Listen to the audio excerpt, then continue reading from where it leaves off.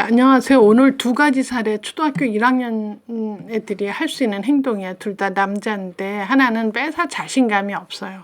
또 한 명은 준비물을 못 챙겨가. 이것도 굉장히 엄마들이 좀 스트레스를 받습니다. 초등학교 1학년 때. 그래서 두 가지를 같이 한다면 첫 번째, 매사 자신감 없는 애는 일단 일찍 일어나서 학교 가는 거 싫어하고 못하고 힘들고 급식도 맛없다 그러고 매사 주눅 들려 있고 그리고 자신감이 없으니까, 그쵸?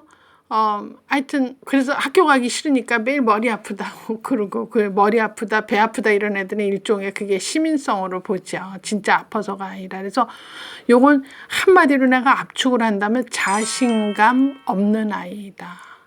뭐 자신감은 어떻게 생기나. 사실은 요 초등학교 전에 생겨요. 그래서 요거는 이제 자신감이 없는 애는 어떤 거에 영향을 주는지 내가 먼저 말씀을 드린다면, 일단 친구 관계도 힘들죠. 문제 해결 능력도 힘들죠. 그러니까 학업 수행 능력도 어렵죠. 또 학업 동기도 부족하죠. 이런 모든 거에 영향을 주기 때문에 초등학교 가서 이 일이 나타나기 전에 그 이전에 애가 자신감을 갖게 해줬어야 돼요. 그래서 일반적으로 이게 매사 자신감 없다 이런 애들의 특성은 칭찬이나 격려보다는 비난이나 핀잔을 많이 받은 애들이다. 또 너무 과잉보호해서 다 해주고 이런 애들도 여기에 다 해당이 되죠. 그래서 이제 어떤 부모는 부모가 자기 생각처럼 애가 따라주지 않으니까 애 보는 앞에서 그냥 화를 낸다든지 이제 막 이제 좌절되는 느낌을 보인다든지, 그래서 엄마나 부모의 행동을 봐서 내가 상당히 쓸모가 없다라고 느끼게 하는 행동을 하면 애는 서서히 자신감 없는 아이로 자리 잡게 되죠. 그래서 자신감을 잃게 되고 매사 물어보고 힘들게 한다. 이런 케이스 쉽게 보면 이제 과잉보호 받은 애들, 또 아니면 엄마가 일을 많이 해서 이렇게 무관심하고 네 맘대로 너 좋도록 해 이렇게 해서 내팽개진 애들, 이런 애들이 사실은 이 자신감이 이제 없는 아이로 이제 크기 쉽다. 그래서 실제로 제가 이제 여러 사례를 들어보면, 예를 들어 토일렛 트레이닝도 어린이집에서 나이가 되면 해야 되는데, 그냥 기저귀 계속 씌워도 돼요. 내가 기저귀 몇 개 더 드릴게요. 그리고 기저귀를 더 많이 갖다 준다든지, 집안은 온통 매트를 깔고 애를 제지를 시키지 않고 막 뛰어놀게 하니까 어린이집에 오면 이제 그렇게 못하게 하고 이러니까 어느 날 전화 와서 우리의 맘대로 뛸 수 있게 그 어린이집에 매트 다 깔면 안 돼요? 이런 엄마 있어요. 이런 집들은 엄마가 어떻게 무슨 계획을 한다든지 어떤 행동 반경을 어떻게 해서 애하고 약속을 지킨다든지 이런 거가 너무 힘든 엄마라고 전 봐야지죠. 이런 집도 문제가 있다. 스스로 먹게 못하고 떠먹어주는 애, 이런 집. 또 운동화에 모래 들어가기 때문에 바깥놀이 가서는 하지 못하게 하는 집, 이런 집들 다 사실 이제 나중에 다 문제가 됐죠.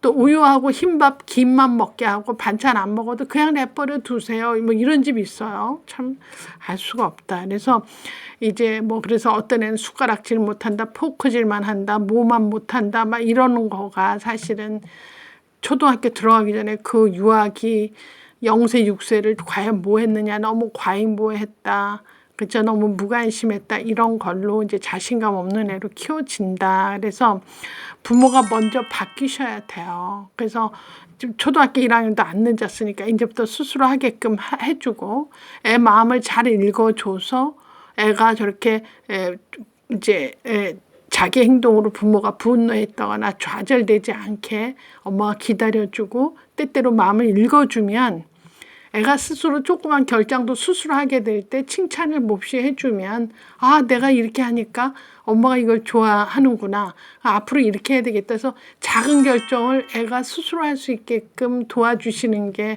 지금 나이에 할 수 있는 거지 않느냐. 물론 이 이전에 했으면 더 좋았을 걸, 이게 못했을 경우에 초등학교 1학년 가면 일단 학교를 즐겨야 될 애가 학교를 즐기는 걸 좋아하지 않는다. 이런 거 상당히 큰 문제가 됩니다. 그래서 이제 자신감 없는 애 하나만 갖고도 얘기를 하려면 얘가 무지 많아요. 그런데 이제 크게는 이렇게 너무 과잉보호해서 많이 해주는 집, 아니면 엄마가 바빠서 어때 무관심으로, 그쵸? 이렇게 해서 애가 막 큰 애들은 이제 이렇게 이제 정규 생활, 학교 생활 할 때 시간 맞춰 간다든지 뭘 어떻게 한다든지 줄 서서 급식 먹는 데까지 기다린다든지 뭐 이런 것들을 하기가 힘들 수 있다. 저는 그렇게 봐지고요. 지금부터 조금 조정을 좀 하시면 애는 엄마가 좀 달라지면 많이 달라져요. 애기가. 두 번째 케이스도 준비물 못 챙기는 애들 초등학교 덤벙대고요. 저도 아들들 보낼 때 초등학교 1학년 때가 제일 제 기억에 힘들었던 기억이 나요. 준비물 제대로 챙겼는지 다 넣었대는데 가보니까 색종이 2권인데 1권 넣었다든지 뭐 그런 일들. 늘 쓰는 풀하고 가위가 또 없이 색종이만 넣었다 이러면 또 난감하죠. 그리고 다들 노력을 해도 이제 그런 실수들을 많이 합니다. 그래서 이 준비물 못 챙기는 거에 대해서는 엄마들이 어떻게 생각하시는 게 좋으냐, 때때로 다 해준다 이렇게 생각하시면 노이로제에 걸려요. 그래서 이제 엄마가 이렇게 알림장을 이제 오후에 오면 딱 보고선 그래 내일 갈 거 다 준비해라 이래 놓고 엄마가 내일 뭐뭐 필요한 걸 좀 알아두시고 애들을 하라고 하고 애가 가방 챙겨놓고 잘 때 저녁에 점검을 하시는 거지. 그런데 색종이 2권은 들어갔는데 풀이 안 들어갔다든지 풀은 있는데 가위가 없다든지 그러면 엄마가 가위를 찾아서 넣어주시면 안 되고 기억하고 있다. 그 다음날 아침에 얘 오늘 너네 준비물 다 준비했니? 어디 다시 봐라. 그러면 색종이도 넣니? 뭐 풀도 넣니? 가위도 있니? 그러면 엄마 가위 없는데 지금 넣으면 되지 이렇게. 그래서 더블 체킹을 해서 애가 이제 그게 습관화되면 애당초 할 때 정신 차려서 이렇게 하게 되는. 그래서 참 어렸을 때 좋은 습관 갖게 하는 것 중에 준비물도 상당히 중요하다. 초등학교 1학년 때 이런 거 신경 안 쓰고 잘하는 애들은 벌써 그 유치원 때 그 전에 했다고 볼 수 있죠. 그래서 이제 예를 들어 미술 준비를 안 해갔다. 초등학교 1학년인데 그러면 미술 시간에 좀 심심한 경험을 해야 돼. 준비물 안 챙겨와서 뭐 남 하는 걸 구경했다라든지 어떤 선생님은 니네들은 저 옆에 테이블에 가서 따로 앉아 있게 한다든지 뭐 이렇게 하면 좀 썰렁한 그 경험을 한 번쯤 해보는 것도 중요한 거죠. 그래서 다음에는 꼭 나도 챙겨가서 그 활동을 해야 되겠다 이런 생각을 하게 하는 거 상당히 의미가 있다. 그래서 그 준비물을 못 챙겨가서 오는 불이익을 한번 경험하게 한다. 굉장히 좋은 거죠. 자, 이렇게 이제 경험을 집에서 조금씩 해주시는 게 좋아요. 요새는 물질이 다 넘치고 뭐가 많아서 애들 사달라면 덜렁덜렁 사주잖아요.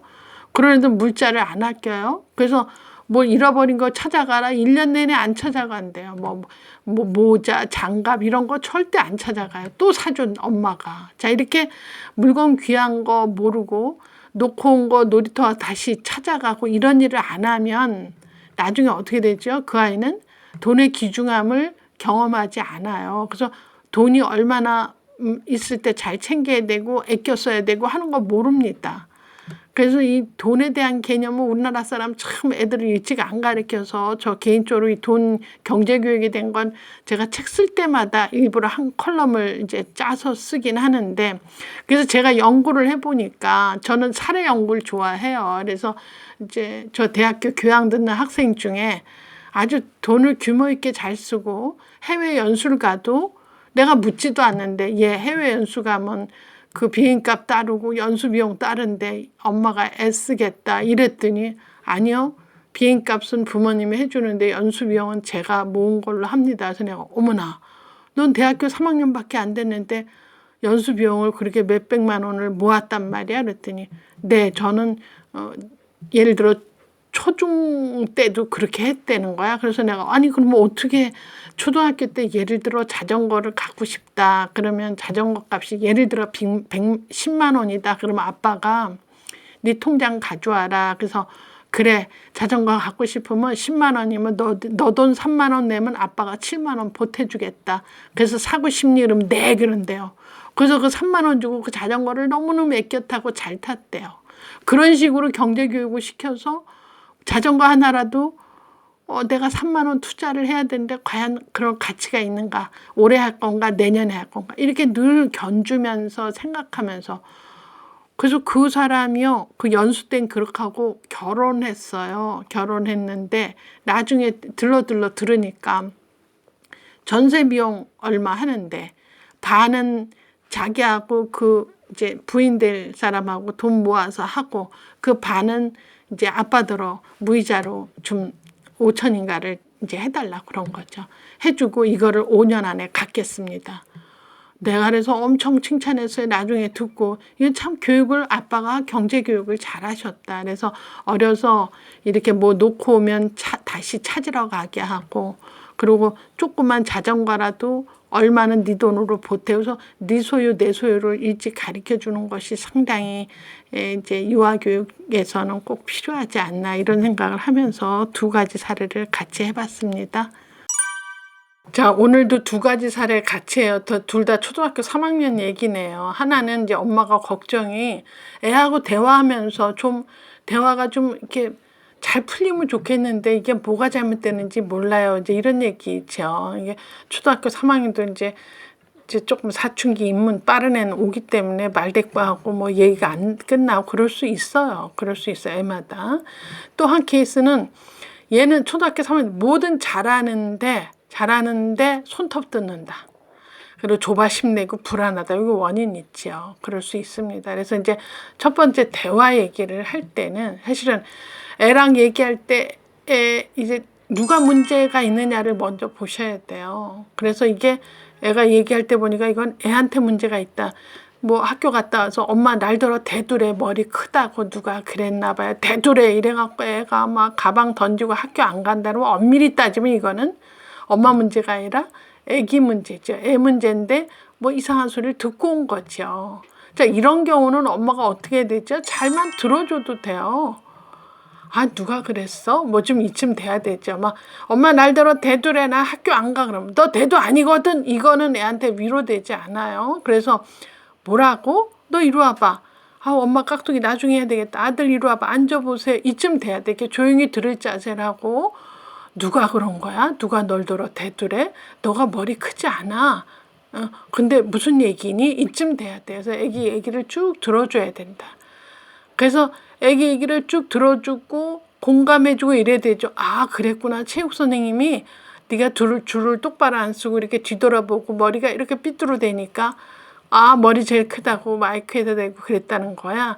세상에 속상했겠네. 체육 선생님이 믿겠네. 이렇게. 그래서 체육 선생님이 우리 학교에서 제일 큰 게 초등 3학년 3반에 네 이름을 호명해서 애들이 널더러 대두형이라고 했다는 거야. 아유, 창피하겠네 애들 보기. 그래 어떡하냐 속상해서 학교도 가기 싫고 체육 선생님 밉다 이거지. 이렇게만 엄마가 공감해주고 얘기만 들어주면요, 애가 아까 펄펄 뛰고 뭐 난리치고 하던 그 분위기에서 만약에 한 200 정도의 속상함이 있다면 엄마가 얘기를 들어주고 공감하고 그래 체육 선생님이 밉겠구나. 어머 어쩌지 저쩌지 해주는 걸로요. 그 200이 100으로 내려앉아요. 그리고 아유 그래 우리 아들 화나는데 오늘은 우리 아들 좋아하는 튀김 해줘야 되겠다. 그래서 막 돈가스 튀겨주고 먹고 이렇게 하면 애가 아까 학교에서 올 때는 내일 학교 안 간다로 가방 던지던 애가 저녁 먹고 나서 마음이 다 풀어졌죠. 내일 학교 가고 내일 체육회 마지막 날인데 3학년 대표로 내가 달리기 하기 때문에 엄마 내일 아침에 일찍 가서 한 바퀴 돌고 내가 계주에서 1등을 해야 되겠어. 뭐 이런 얘기 하죠. 그래서 사실은 엄밀히 따져서 애하고 나하고 문제 중에 엄마가 문제가 아니라 애가 문제인 경우는 어떻게 한다? 제일 쉬워요. 잘만 들어만 주면 돼. 잘 듣고 공감만 해주면 돼요. 그랬구나. 속상하겠다. 아유 체육 선생님이 그 얘기를 했다는 거야? 네가 머리가 큰 애는 아닌데 아유 얼마나 화가 나니. 예, 그랬네. 속상했네. 이 정도만 해도 애는 벌써 한 200에서 100으로 떨어지고 엄마가 공감해주고 내 편이 하나 생겼다는 걸로 마음이 무척 가볍지요. 그래서 이렇게 내가 아니고 상대가 문제 있을 경우는 잘 들어만 줘도 문제 해결은 끝. 제일로 쉬운 거죠. 근데 이제 한국 엄마는 여기에 굉장히 자기를 실어서 그래서 한국 엄마들은 이게 누가 문제 소유해 그러면 다 자기가 소유해요. 애가 속상해서 울고 와도 내가 화가 나고 속상하고 다 내 문제야. 근데 엄밀히 따지면 걔 문제고 내 문제는 아니고 이렇게 좀 엄밀히 따져야 되는데 한국 엄마는 애 문제도 내 문제, 막 걔가 속상한 것도 내 문제, 학교에서 그렇게 불리는 것도 화가 나서 그것도 내 문제, 이렇게 하시면 이게 문제 해결이 어렵죠. 그래서 엄밀히 따져서 애 문제는 잘만 들어준다, 이게 문제 해결이고, 애랑 관계에서 내가 문제를 가질 때는 나 전달법 쓰라 그랬잖아요. 너 왜 이래? 나가! 꼴보기 싫어. 이렇게 너 전달법 하면 싸움으로 가지만, 네가 이러저러 해서 너가 치과 약속을 정해놓고 2시에 안 들어와서 지금 6시에 오니 오늘 치과 치료도 못하며 엄마는 그 시간 동안 내내 널 기다려서 다음에 가야 되니 속상하다, 이렇게 나 전달법 쓰면 애가 반성한다고 그랬어요. 그래서 애가 문제가 있는 경우는 잘 들어주고, 애 때문에 내가 문제가 생긴 경우는 애한테 이게 상처 주고 화나지 않은 범위 내에서 설명조로 얘기를 해라. 그게 나전달법이죠. 그래서 나전달법에서 애로 하여금 반성하게끔 해라 하는 게 이제 대화법에서 많이 나오는 얘기죠. 이 둘 다 안 된 경우는 둘이 앉아서 협상을 해라. 얘기를 이제 절충안을 찾아야지. 이건 이렇고 저건 저러니 이렇게 하자. 이제 이런 거가 사실 초등학교 3학년만 돼도 성인 취급해줘야 돼요. 엄마만 막 우격다짐으로 내가 너 나 위해서 하는 얘기지 어디다 대고 눈 동그랗게 뜨고 엄마한테 대더니 뭐 이런 식의 톤은 이젠 저건 뭐냐 이런 생각이 들죠. 그래서 문제 소유를 파악해서 애 문제면 잘 들어주고 공감해주고, 애 때문에 내가 생기는 문제다 그러면 걔를 화나게 하지 않으면서 설명조를 잘 얘기하는 나전달법을 쓰는 게 좋다. 이제 그런 얘기 제가 드리고, 또 학교에서 초등학교에서 뭐든지 잘하는데 손톱 물어 뜯는다, 조바심 불안에 떤다, 이건 엄마 불안 요인이 이제 애한테 전달된 거다. 일종의 성취 압력 같은 거, 엄마가 100점 받아야 돼 이런 얘기는 안 해도 잘하면 뭐 케이크도 하나 생기는데 아 이거 어떡하지 큰일 났네 그러면 막 손톱 뜯는다든지, 결과 나오기 전에 쩔쩔쩔 맨다든지, 이런 것들의 불안 요인은 사실은 엄마가 어떤 조급증을 애가 느꼈다, 엄마의 성취 압력이 애 목을 슬슬 조인다, 이렇게 저는 평을 합니다. 그러면 이런 집은 어떻게 해야 되느냐, 어떤 그 점수 결과보다 뭐에 초점을 둬야 되느냐, 뭐 애가 열심히 뭘 했다고 합시다. 오늘 시험 때문에 어제 하루 종일 걔 좋아하는 떡볶이도 대충 먹으면서 그 공부를 하고 했다면 엄마는 아우 이렇게 해서 우리 아들 또 100점 맞겠네 라고 얘기할 게 아니라, 그래 네가 이렇게 시간을 쪼개서 열심히 먹는 시간도 아껴가면서 공부하는 그런 태도는 참으로 진지하고 좋구나, 그런 어떤 열심히 하는 자세, 어떤 그런 태도, 이런 걸 칭찬을 해야 되죠. 너 이래서 또 100점이야 최고야 이러면 애가 100점 못 맞으면 불안한 거지. 그래서 이런 경우는 엄마가 노력 과정에다가 좀 더 중요성을 두고 이제 해야 된다. 저는 요만큼 살면서 누가 행복한 사람이냐라고 내가 주변을 아무리 봐도요, 모든 자발적으로 자기가 스스로 이렇게 누가 해라가 아니라 자기 스스로가 자발적으로 뭔가를 즐기면서 시간이 가는지 오는지 그냥 거기에 빠져 있게 되는 그런 사람이 제일 행복한 사람이야. 근데 그것이 굉장히 프로덕티브 하면서 돈도 되면서 명성도 되면 더 좋지요. 그래서 저는 이러한 그런 애티튜드나 자세를 가리키는 게 부모로서 큰 자산이다. 뭐 다 올백 빠져라. 올백 받는 애는 전 세계에 많지도 않아요. 그래서 그런 걸로 애를 들들 뽑고 성취 압력으로 애가 물어뜯고 이렇게 손 뜯고 하는 일을 하기보다 애가 뭐에 집중해서 열심히 하는 그런 어떤 지국스러운 태도를 보이면 그때 엄마가 감탄을 해야지. 아이 우리 아들은 벌써 저렇게 열심히, 너는 이렇게 참 열심히 하는 진지한 태도가 참 보기가 좋다. 시험 결과하고 상관없이 네가 너무 즐기고 잘하니까 언젠가는 네가 이제 그런 것들이 모아지면 이제 전문가가 되는 거지, 이렇게 생각을 하시는 게 참말로 중요하다, 이렇게 생각이 되고, 제가 엄마랑 애를 잘 이렇게 보니까 엄마가 약간 내성적인 집은 은근히 이 아들한테 뭐라 그래요. 내성적인 집은 아들이 덜렁덜렁대면 차분히 해. 그래 너 알겠는데 그렇게 하기보단 좀 천천히 차분히 하나 두 개 이렇게 순서대로 해. 이렇게 하면서 약간 엄마의 그 내성성이 애한테 이제 조바심을 내는 걸로 차분히 하라고 얘기를 그냥 뭐 따라다니면서 하는 경우 봤고, 또 만약에 엄마가 활동적인데 애가 차분하다 그러면 어떻게 얘기하죠? 엄마가 볼 때 애 하는 게 답답한 거야. 좀 더 좀 적극적으로 해봐.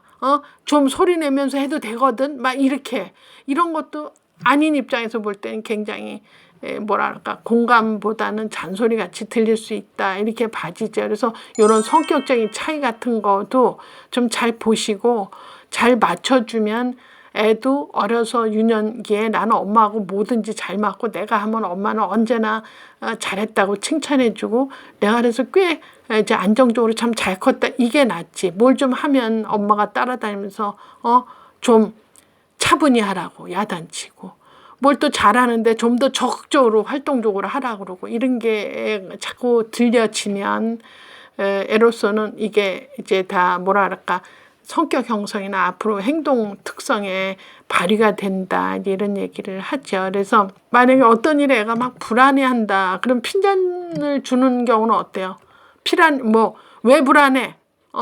그럴 필요 없어. 이렇게 핀잔 주는 거는 불안한데 그 얘기는 별로 난 도움이 안 된다고 보고 불안할 때 어떻게 해야 돼? 많이 불안하구나. 걱정이 되는구나 해서 같은 톤을 타는 것이 훨씬 더 공감대 형성이 된다. 그래서 엄마들이 물론 엄마 울타리 안에서 잘 크는 것도 중요하지만 요때 살살 하는 내 얘기가 애들한테는 어떤 식으로 저게 공감인지 아니면 핀잔 주는 건지 그것도 한번 애 입장에서 생각을 해보시는 게 좋은 어떤 팁을 스스로가 또 발견하게 될 수도 있다 생각이 듭니다.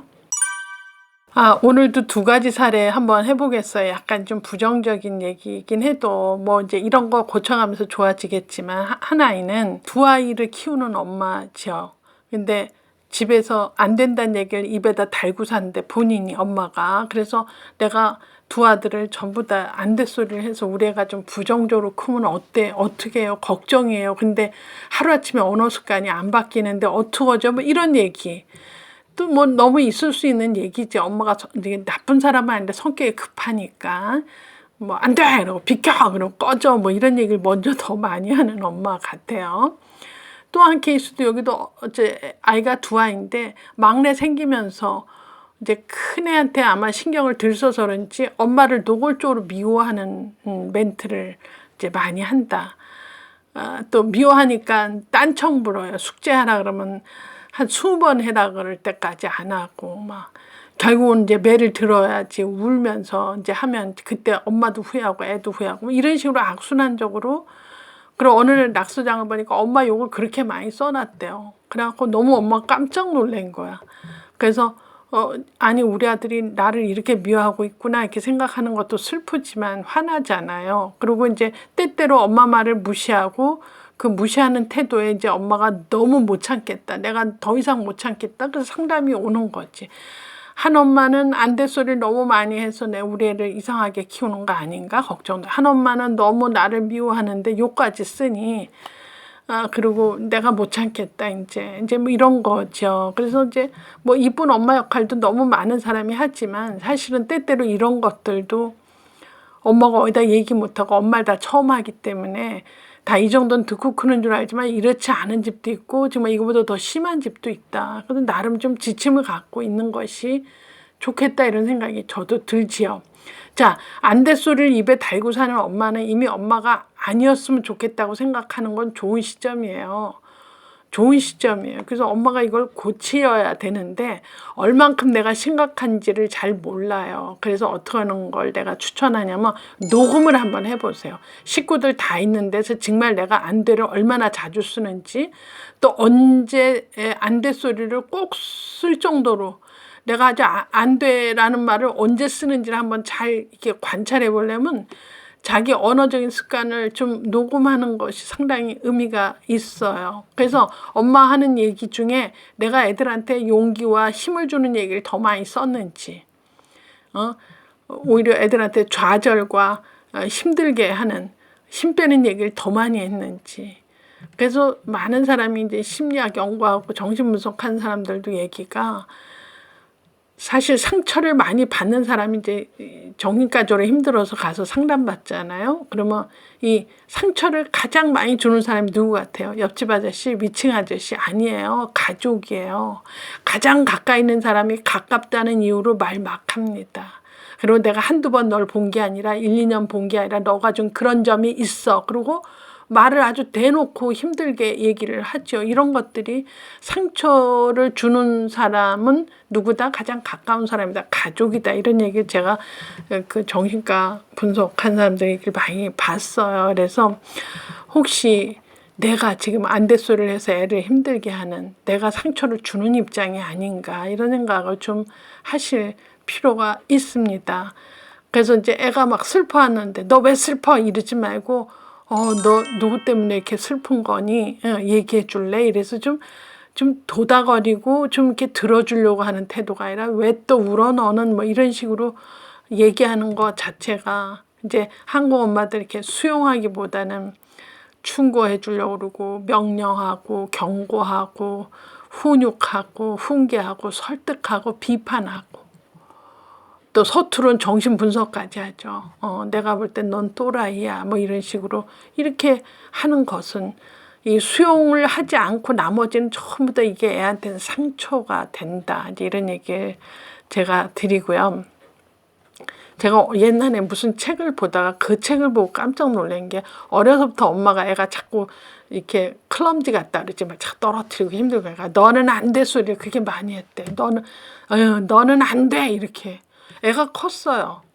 사춘기 지나고 청소년기 지났는데 그렇게 열심히 해도 뭐가 안 될 때는 애가 그런데요 스스로. 그래요 엄마가 나는 어려서부터 안 된다고 했거든. 나는 안 되는 게 맞아. 그래서 그 엄마 안 된다는 소리를 하나의 무기로 생각하는 애를 봤습니다. 그 책에서. 그래서 야 엄마 우리 엄마들이 아유 저는 안 돼 소리 참 잘하는데 그 얘기 잘 하시면 안 돼요. 애들이 그걸 무기로 삼아요. 그리고 엄마가 나 안 된다고 했잖아. 내가 뭐가 되겠어. 이러면 좋겠어요. 애들은 듣는 대로 돼요. 엄마 말대로 되고. 그래서 이 안 될 소리 하는 엄마는 이제부터는 좀 듣고 공감하려고 하고, 그쵸? 핀잔 주고 충고하기보다는 어때야 돼요? 공감할 거리를 찾는다든지, 웬만하면 걔 얘기를 전부 수용해 준다든지, 이런 일들을 해야 된다. 고막 짜려봐요, 저한테. 어떻게 그걸 해요? 연습이 필요해요, 연습이. 그래서 연습을 좀 많이 하시면, 이제 칭찬도 많이 하게 되고, 격려도 하게 된다. 그래서 칭찬은 행위 사실에 입각해서 해야 돼. 어떤 일을 했을 때 해야 되고, 격려는 그 행위 자에 대해서 해야 돼. 걔가 힘들었을 때. 다음에 잘할 수 있거든. 그래 엄마도 어렸을 때 그랬는데 그래 또 한번 우리 해보자 이렇게. 그래서 애들이 격려를 통해서 많이 위로를 받기 때문에 격려받은 애가 또 굉장히 부모한테 고맙게 생각을 하고, 칭찬은 어떤 행위 결과니까 무슨 결과를 잘해야만 칭찬받잖아요. 그래서 칭찬보단도 격려를 더 많이 하는 것이 필요하다 이런 생각하고, 요 하나이는 엄마를 미워한다. 그냥 숙제하라면 딴청하고 그냥 몇 번 부르고 나중에 엄마 기가 오르고 화가 나고 이제 매를 들고 울고 서로 또 후회하고 이런 일이 계속 이렇게 번복이 되는데 낙서장에 엄마 욕을 이렇게 썼다는 거야. 그래서 이건 뭐냐, 애들이요 스트레스 받으면 뭐로 푸는 줄 알아요? 욕으로 풀어요. 지금 청소년들 참 저는 이런 얘기 강연 때 많이 하는데 청소년들 몇 명 지나갈 때 옆에 들어보세요. 욕으로 시작해서 욕으로 끝내요. 그래서 내가 도대체 쟤네가 학생 신분에 그 걔네들이 은근 스트레스가 많은 거지. 그래서 그 스트레스를 꽉 안고 있다가 이제 친구들 만나면 욕으로 시작해서 욕으로 끝나는 걸로 일종의 그걸 해소한다. 이렇게 제가 이제 어디서 봤단 말이죠. 그래서 저는 지금 엄마가 그 발견한 노트에서 그쵸 낙서장에서 엄마 욕을 많이 했다는 것은 얘는 사실상 상당히 엄마로부터 학대를 받은, 그래서 엄마가 싫고 엄마 걸핏하면 때리고 소리 지르고 악 지르고 하는 그 엄마가 너무 싫으니까 그 욕을 쓰면서 그 일종의 해소를 했다 이렇게 저는 평을 합니다. 그래서 결론은 이제 엄마는 잔소리 좀 많이 안 하시고 걔에 대한 또 다른 관심과 사랑을 좀 갖고, 또 이 엄마한테는 제가 꼭 해주고 싶은 얘기는 이제 막내 생기면요 큰애를 굉장히 큰애 취급해요 엄마들이. 근데 큰애도 아직 2살 차이면 얘도 아직 그냥 좀 관심을 받아야 될 애니까 항상 동생 때문에 내가 너한테 손이 미처 못 가는데 미안하다, 이건 너 혼자 했으니 고맙다, 이런 미안하다 고맙다 하는 얘기를 끊임없이 해주셔야 돼요. 이걸 안 하고 큰애는 그냥 보통이고 막내만 붙잡고 이러면 큰애들이 이렇게 퇴행성 행동하면서 더 애기짓 하는 걸 많이 보거든. 그럼 또 애기짓 하면 애기짓 한다고 또 엄마가 막 야단쳐요. 다루기 힘드니까. 자, 그래서 이런 경우는 큰애 붙잡고 미안하다는 얘기도 좀 하셔도 된다. 미안하다, 고맙다, 그래서 사랑한다, 이런 얘기 좀 해주셔야 된다. 그래서 이 악순환적인 고리는 누가 풀어야 된다? 엄마가 먼저 푸셔야 돼요. 부모 자녀지간에는 부모가 먼저 해야 돼요. 애가 먼저 철드는 경우는 거의 없습니다. 그래서 이렇게 미움받는 엄마들도 이거 좀 도 닦는 거다. 그래서 자꾸 딴청하고 이럴 때 소리 지르고 하지 말고 그만하고 숙제합시다. 이렇게 좀 단호하고 온화한 태도를 보여서 그걸 똑같은 방법으로 해서 이제 더 이상 엄마가 화내지 않는다. 화내는 걸 자꾸 보이는 것도 화를 가르치는 게 되죠. 되게 집에서 화 잘 내는 사람이 있으면 애 중에 하나가 꼭 똑같이 배워서 합니다. 어쩌다 할머니가 얘 이놈아 그러면 그 이놈아 소리를 꼭 어디 가서 해요. 그래서 너 집에서 누가 이놈아 하는구나. 그러면 알고 보면 엄마 아빠는 안 하는데 할머니가 가끔씩 야 이놈아 그러면 이제 그 이놈아 소리가 너무 신기하게 들리는 거지. 그래서 언어적인 모델은 누군가 한 번만 하면 그대로 모델링 한다 이런 생각하면 이 안 돼, 또 엄마를 미워하는 거 모두 다 엄마가 먼저 변하셔야 된다. 애 스스로 변하긴 어렵다 이런 생각해서 오늘 요 컬럼 만들면서는 사실 엄마가 이제 애를 낳아서 제대로 사람으로 키울 때는 이 도 닦는 과정, 연습하는 과정은 아마도 필수지 않느냐 이런 생각하고 다시 좀 새겨서 고치시려고 한다면 변화될 수 있다 이렇게 생각이 듭니다. 자, 오늘도 초등학교 1학년 남자의 두 아이를 한꺼번에 하겠어요. 이 한 아이는 맞고 때리지 않는 애예요. 그러니까 맨날 매 맞고 들어온다 이런 거죠. 이것도 굉장히 엄마가 이제 속상해하고 이제 맞고 울고 들어오니까 그래서 이 엄마는 너도 때려 울지 말고 막 이렇게 하는데도 여전히 맞고 온다. 이제 이런 케이스 상담이고요. 하나는 이제 여러 학원을 안 다녀요. 얘는 태권도밖에 안 했는데 이 엄마가 뭐가 걱정이냐면 다른 애는 영어도 하고 뭐 한글도 하고 수학도 하고 미술도 하고 막 여러 가지 하는데 이렇게 골고루 하는 애에 비해서 우리 애가 골고루 다 잘 못하면 초등학교 가면 이제 학과 공부를 따라가지 못하거나 유달리 잘하는 게 없어서 혹시 열등감 갖지 않을까요? 뭐 이게 걱정인 거죠. 그래서 사실은 한 번쯤 이런 생각을 해볼 수 있는 그런 상담이었던 것 같아요. 그래서 내가 한때 묶어놓은 거는 초등학교 1학년 남자니까. 그래서 예를 들어 맞고 울고 들어온다. 그럼 엄마 1차적인 감정은 속은 상하죠. 맨날 맞고 울고 들어오니까. 근데 그럴 때 너도 때려라고 하는 것은 잘못된 지침이죠. 이럴 때 엄마가 너도 때려라기보다는 그래 친구가 화가 나서 널 때려서 아팠겠구나 뭐 이 정도로 하는 거지 너도 때려라 이렇게 하는 건 폭력을 폭력으로 해서 계속 폭력이 이제 번창하게 하는 거밖에 안 되죠. 그래서 이렇게 맞고 들어온 애가 과연 소극적인가 바본가 이거보다는 오히려 착한 아이다. 더 큰 싸움을 안 가게 하기 위한 거다. 폭력을 폭력으로 이렇게 이제 번지지 않게 하는 것이다. 이제 이렇게 저는 좋게 본다면 그래도 얘한테 가르칠 게 있다고 저는 생각해요. 이게 말로 얘기를 해야 되죠. 때린다면 얘 너만 주먹 있는 줄 알아? 나도 주먹인데 나는 안 때려. 너 말로 할 수 없니? 너 왜 나 때리니? 이렇게 뭐 말을 알려준다든지 해야 되죠. 그래서 이 폭력에 노출된 애는 폭력의 위력을 알지만 말이 먼저 노출된 애는 말의 위력을 압니다. 그래서 안 맞고 큰 집은요. 말로 애들한테 따라다니면서 해요. 그래서 이렇게 자꾸 말보단도 약간 고급 문화가 그쵸 말 문화가 고급 문화죠. 이게 주먹 문화가 이게 저급한 문화죠. 그래서 집에서 많이 맞고 큰 애들은 바깥에 가서 주먹질을 하죠. 집에서 말로 다스린 집 애들은 바깥에 나가서도 말로 해요. 조용히 따라다니면서 너는 왜 나를 때리고 그러니 머리에다가 모래 흩뿌리면 모래가 머리 밑에서 줄줄 내려와서 눈으로 들어가면 결막염 걸린다고 그랬어. 뭐 이러고 계속 따라다니면서 말하고 애를 떠밀지도 않아요. 왜냐면 그렇게 자기가 받았기 때문에. 그래서 이제 이 말로 대처하는 법을 가르쳐 줘야 된다. 제가 언제 무슨 초등학교 글을 보는데 초등학교 5학년짜리가 친한 친구인데 뭐라고 하니까 주먹으로 한 방을 친구를 때렸대. 그 친구가 이렇게 빤히 친구 얼굴을 보면서 난 너가 친구인데 실망이다. 넌 주먹을 그렇게 쉽게 후두르니? 난 너가 이런 애인 줄 몰랐어. 이랬대요. 그 다음날 하루 종일 애가 때리고선 고민하고 그 다음날 가서 사과를 했다. 내가 그건 실수다.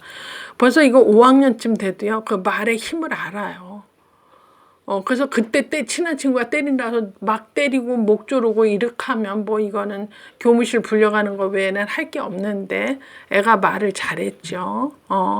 난 너에게 실망했어. 그쵸? 넌 주먹을 이렇게 아무렇게나 휘두르는구나.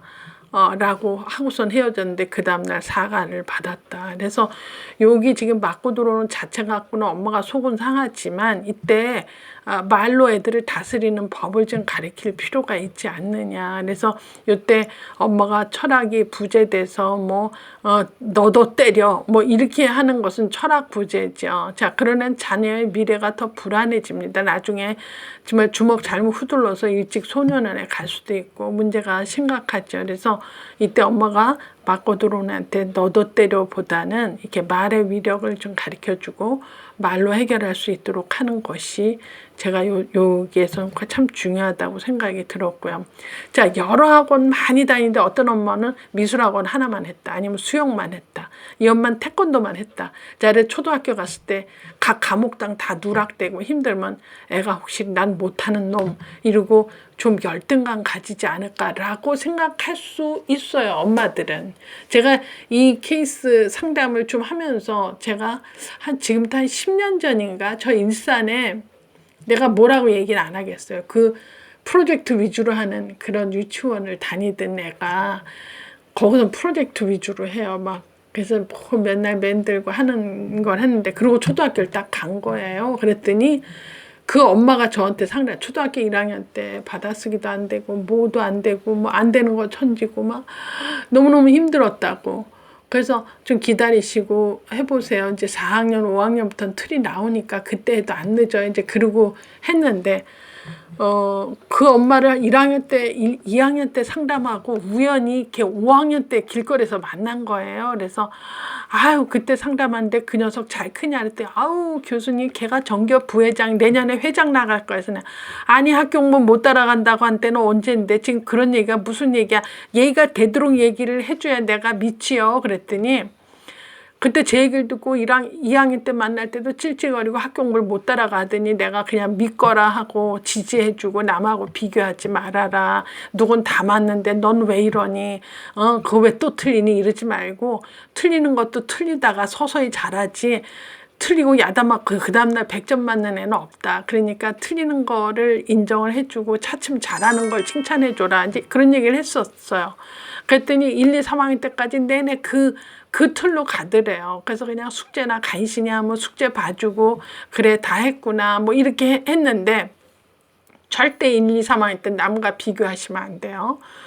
먼저 선수학습한 애들은 좀 다르죠. 걔네들 4학년 때부터 굉장히 힘든 아이가 되니까. 근데 3학년 말부터 애가 혼자 숙제하게 됐어. 힘이 생긴 거지. 4학년 되니까 공부도 스스로 해. 이제 이건 요렇게 하면 돼요. 그러더니 저학년반 가서 밑에 반 애들 숙제 도우미 또 하라는 또 엄명을 받은 거야. 그래서 도우미 또 해주면서 인기도 좋대요. 애들한테. 그래갖고 막 하니까 5학년 때 이제 전교 부회장 나가서 선출해서 된 거죠. 그 왜 됐니? 그랬더니 숙제 도우미로 내려가서 밑에 애들한테 했더니 애들이 멋쟁이 오빠라고 그러고 자기 좋아하는 저학년 여학생이 많아서 됐다. 그래갖고 학교 가는 걸 너무너무 신나하고 좋아한다. 이제 그런 얘기죠. 그래서 나한테 귓속말로 내년 6학년 때는 전교 회장을 지금 이제 바라보고 나갈 것이다. 그래서 우리 애는 지금 1, 2, 3학년 때는 그냥 중간 이하 막 그거밖에 못하다가 3학년 말부터는 이제 조금 학교 공부를 따라가더니 4학년부터는 지가 알아서 공부를 하더니 애들 저학년 도우미까지 해주더니 이제 전교 회장까지 나가려고 한다. 이제 이런 얘기를 듣고 제가 참 이건 싫어하지만 즐거웠어요. 그 얘기가. 그래서 저는 지금 초등학교까지 제가 이제 유아교육은 0세 8세인데 제가 거의 초등학교까지 커버해서 말씀을 드린다면 사실 이 시기에는 무엇을 얼마나 가르칠까를 고민할 거보다는 그죠? 무엇을 얼마나 가르칠까 보다는 애가 무엇을 좋아하는지 그거를 찾아내는 게 더 급선무예요. 그래서 엄마가 걔 능력도 모르고 흥미도 모르면서 이것저것 많이 갖다 가르치려고 하다가 애만 가지고 그 학원비 다 되면서 산만만 해주고 제대로 하는 게 없다. 오히려 이렇게 한 2가지만 태권도하고 수영만 한다든지 미술하고 태권도만 한다든지 뭐 이런 식으로 하다가 애가 좋아하는 거 발견해서 그때 영어 해도 되고 뭐 그때 뭐 음악을 해도 되고 하는데 저렇게 백과점식으로 여러 가지 다 해가지고 골고루 다 했는데 골고루 다 잘 못하는 애가 참 많아요. 그래서 골고루 다 못하는 걸 확인시키는 일을 하는 것보다는 걔가 뭘 좋아하는지, 뭘 하고파 하는지, 뭐에 이제 흥미를 갖고 재미를 갖고 집중하는지 요것을 찾아내는 게 상당히 중요하다. 이러려면 뭐야? 애 놀 때 잘 보시면 애가 뭐에 관심 있어하고 뭐를 특별히 좋아하는지를 찾아낼 수 있어요. 그래서 지금 이 엄마는 뒷집 앞집 다 보니까 막 학원을 여기저기 다니고 막 선생님도 오고 난리치는데 나만 지금 태권도 하나만 시켜서 이거 되는가 그러고 살짝 걱정이 되지만 초등학교 1학년 때부터 1, 2, 3학년 때 그렇게 숙제 따라가는 것만 잘하고 학교 생활을 즐기면 돼. 그 대신 이때 그렇게 선수학습하고 학원 다니는 애들보다는 좀 못해도 절대 비교하고 핀잔 주고 야단치고 큰일 났다 그러고 한숨 씻고 조급증을 안 가지면 애는 자기 러닝 스타일대로 자기가 이렇게 하니까 조금 되더라 이렇게 하니까 더 잘 되네 이런 걸 배워가면서 얼마든지 자기 수술학습의 핵심을 자기가 찾아서 하죠. 원래 공부 좋아하고 좋은 데 간 애들은 다 자기가 알아서 자기 학습법을 찾아내서 하는 애잖아요. 스스로 학습을 자기가 찾은 애들이잖아요. 그래서 이걸 초등학교 때부터 하면 절대로 늦지 않는다. 그래서 이 2 케이스도 똑같은 1학년이지만 있을 수 있는 일이지만 엄마의 철학이 필요하다 이런 생각이 듭니다.